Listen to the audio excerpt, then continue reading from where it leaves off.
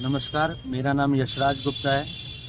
मैं देवघर जिला खेल प्राधिकरण द्वारा संचालित लक्ष्य बैडमिंटन एकेडमी में 4 वर्षों से लगातार कोचिंग देता आ रहा हूं। मैं आपको बता दूं कि मेरे साथ लगातार यहां पर मानसिक तौर पर मुझे प्रताड़ित किया जा रहा है। साथ ही साथ मेरी सैलरी से भी छेड़छाड़ किया जा रहा है। कारण पूछने पर मुझे कोई भी संतोषजनक उत्तर नहीं मिल रहा है। कौन कर रहा है मानसिक प्रताड़ना? यहाँ के सचिव आशीष झा, यहाँ के बैडमिंटन के कोषाध्यक्ष नवीन शर्मा और यहाँ के वाइस प्रेसिडेंट लालू बर्नवाल, इन तीनों लोगों द्वारा मुझे हर तरह से अपमानित किया जा रहा है। जैसे कि यहाँ के जो ट्रेजरर हैं हमारे बैडमिंटन के नवीन शर्मा, मेरी सैलरी फरवरी महीने के बाद से, जब मैंने बैडमिंटन एसोसिएशन ऑफ इंडिया से मैंने प्रमोशन लेकर आया, मैं लौटा, उसके बाद सब लोग मुझे बधाई दे रहे थे एक तरफ, और यहाँ पे मेरी सैलरी के साथ षड्यंत्र करते हुए मेरी सैलरी के साथ इन लोगों ने छेड़छाड़ किया। 15,000 सैलरी को घटाकर अचानक से 13,000 कर दिया गया। मैं आपसे बस यही पूछना चाहता हूँ कि पूरे इंडिया में क्या कहीं भी किसी कोच के साथ ऐसा होता है? अगर हाँ तो ठीक है, अगर नहीं होता है तब मेरी आवाज़ बनिए और इस चीज़ में मेरी मदद कीजिए। ये पहला चीज़ हो गया। दूसरी चीज़, जब मैं प्रमोशन लेकर आया, मेरी सैलरी के साथ छेड़छाड़ किया गया। मैंने इस बात की शिकायत जिला खेल पदाधिकारी को भी किया मौखिक रूप से। मैंने लिखित रूप से उस समय के डीसी, वर्तमान डीसी जो उस समय थे हमारे विशाल सागर सर, मैंने उनसे भी अनुरोध किया। लेकिन चूँकि सावन एंटर कर गया उसके बाद, और उन लोगों ने इस बात को उतनी गंभीरता से नहीं लिया। आज मैं परेशान इसलिए हूँ क्योंकि आज मैं मजबूर हो चुका हूँ कि मैं यहाँ पे इस्तीफ़ा देकर मैं यहाँ से चला जाऊँ। लेकिन मैं चाहता हूँ कि मैं चला भी जाऊँ तो कम से कम ये सच दुनिया के सामने ज़रूर आए कि स्पोर्ट्स में एक्चुअल में यहाँ क्या हो रहा है।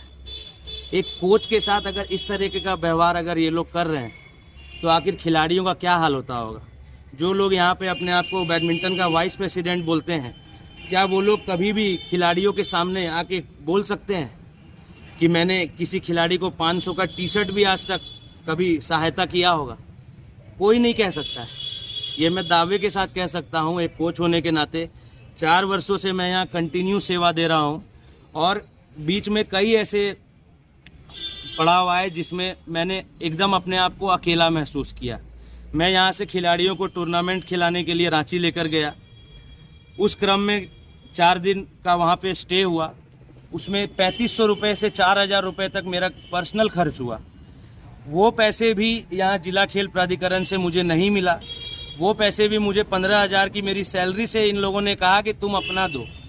तुम अगर खिलाड़ियों को लेके जा रहे हो तो हम ठेका लेके थोड़ी रखे हैं खिलाड़ियों का।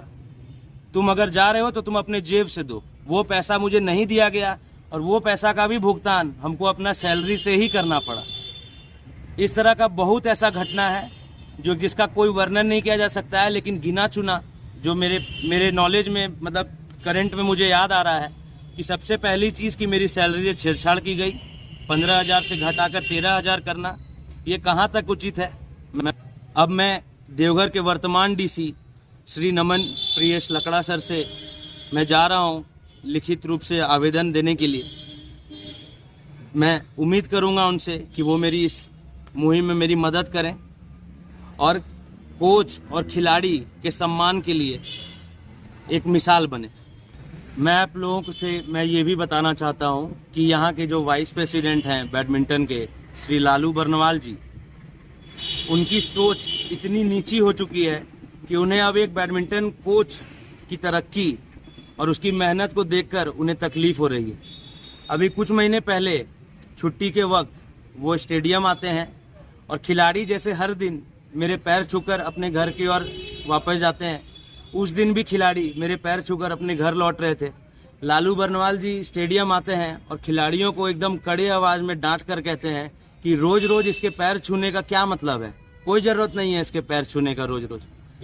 मैं आप लोगों से यह पूछना चाहता हूँ, क्या एक शिष्य को ये अधिकार नहीं है कि वो अपने कोच का सम्मान करे, या उसका धर्म नहीं है कि वो अपने कोच का सम्मान करे?